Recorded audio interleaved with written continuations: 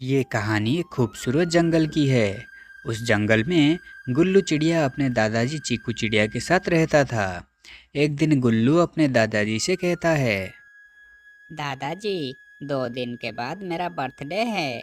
आपने पिछले बार भी कहा था कि मेरे लिए केक लेकर आओगे, लेकिन लेकर नहीं आए। इस बार मुझे केक चाहिए। बताओ ना दादाजी, आप इस बार मेरे लिए केक लेकर आओगे ना? अरे इससे मैं कैसे बताऊं कि मेरे पास पैसे नहीं है। देखो बेटा, पिछली बार मैं भूल गया था, लेकिन इस बार मैं तेरे लिए एक प्यारा सा केक लेकर आऊंगा। फिर हम मिलकर जन्मदिन मनाएंगे। अपने दादाजी के बात सुनकर गुल्लू बहुत खुश हो गया। लेकिन चीकू बोल तो दिया था कि केक ला कर देगा, लेकिन केक लाने के लिए उसके पास पैसे नहीं थे। मजबूरी में चीकू कालू कौवे के पास पैसे उधार मांगने के लिए जाता है। मुझे माफ करना चीकू, लेकिन मेरे पास इतने पैसे नहीं है। कालू से मदद ना मिलने पर वो कई और पक्षियों से मदद मांगता है, लेकिन कोई भी उसकी मदद नहीं करता। निराश होकर चिकू घर लौट आता है और उदास होकर सो जाता है और सोकर सोचने लगता है। अगर आज बेचारे गुल्लू के माँ बाप जिंदा होते तो उसे आज इतना कष्ट उठाना नहीं पड़ता। चीकू पेशे से एक कुम्हार था। वो सुबह सुबह मटके लेकर बेचने के लिए निकल पड़ता है। मटके ले लो मटके, छोटे बड़े प्यारे प्यारे मटके। अरे मटके ले लो मटके।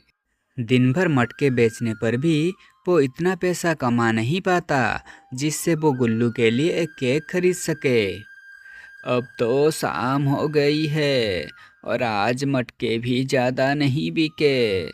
अब मैं क्या करूँगा? गुल्लू को केक खरीद कर कैसे दूंगा? अगर आज मीकू यहाँ होती तो कोई ना कोई उपाय जरूर निकाल लेती। वो खुद तो मर गई बुढ़िया, लेकिन मुझे यहाँ छोड़ गई। अगर वो मेरे साथ होती तो कुछ ना कुछ तो जुगाड़ हो ही जाता। अब क्या करें? चीकू ये सब सोच ही रहा था कि तभी चीकू की पत्नी मीकू, जो कि कई साल पहले मर चुकी थी, वो वहाँ चुड़ैल के रूप में आ जाती है। अच्छा, तो ये बूढ़ा मेरे बारे में ये सब सोच रहा है। अरे बूढ़ा, ओ मेरे डार्लिंग, जरा पीछे तो देखो कौन आया है। मैं तेरी मीकू। अरे लेकिन तू तो एक चुड़ैल है, और तू यहाँ क्या कर रही है? जल्दी बता, तू यहाँ क्या करने आई है? मैं तो यहाँ तुझसे मिलने आई थी मेरे बूढ़ा, और यहाँ आकर मुझे पता चला कि हमारे पोते को बहुत दुख है यहाँ पर, और तेरे पास इतने पैसे भी नहीं है कि तू उसके लिए बर्थडे केक खरीद सके। तो मैं आई हूँ तेरी मदद करने के लिए। अरे हाँ, तू तो मेरी मीकू है। हाँ, ज़्यादा कुछ बदला नहीं है।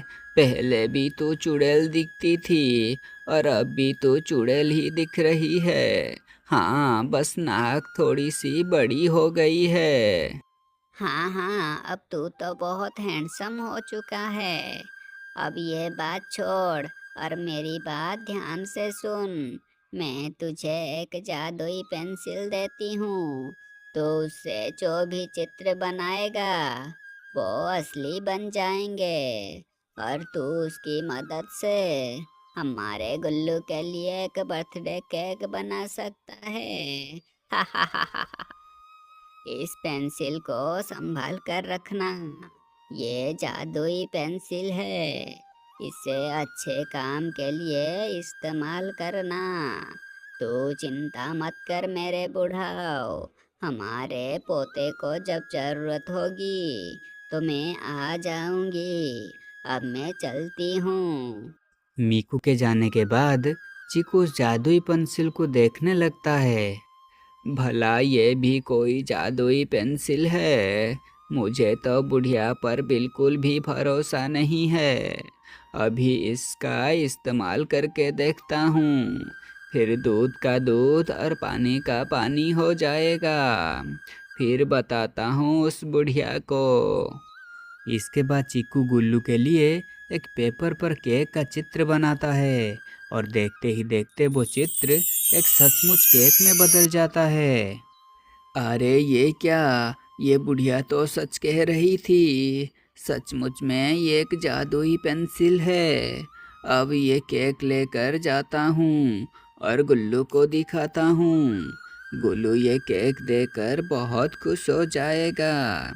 तेरा बहुत बहुत शुक्रिया बुढ़िया, जो तूने मेरी मदद की। गुल्लू, ए गुल्लू, अरे कहाँ रह गया, इधर आ। फिर चिक्कू गुल्लू को वो केक दिखाता है। गुल्लू वो केक देखकर बहुत खुश हो जाता है और कहता है, अरे वाह, ये तो बहुत सुंदर केक है। आपका बहुत बहुत शुक्रिया दादाजी, जो आप मेरे लिए इतनी सुंदर केक लाए। अब मेरे दोस्त मुझे नहीं चिढ़ाएंगे। तो दोस्तों, हम इस कहानी से ये सीखते हैं कि हमारे अपने चाहे जितने भी दूर रहें, वो हमेशा हमारा ख्याल रखते हैं, हमसे प्यार करते हैं।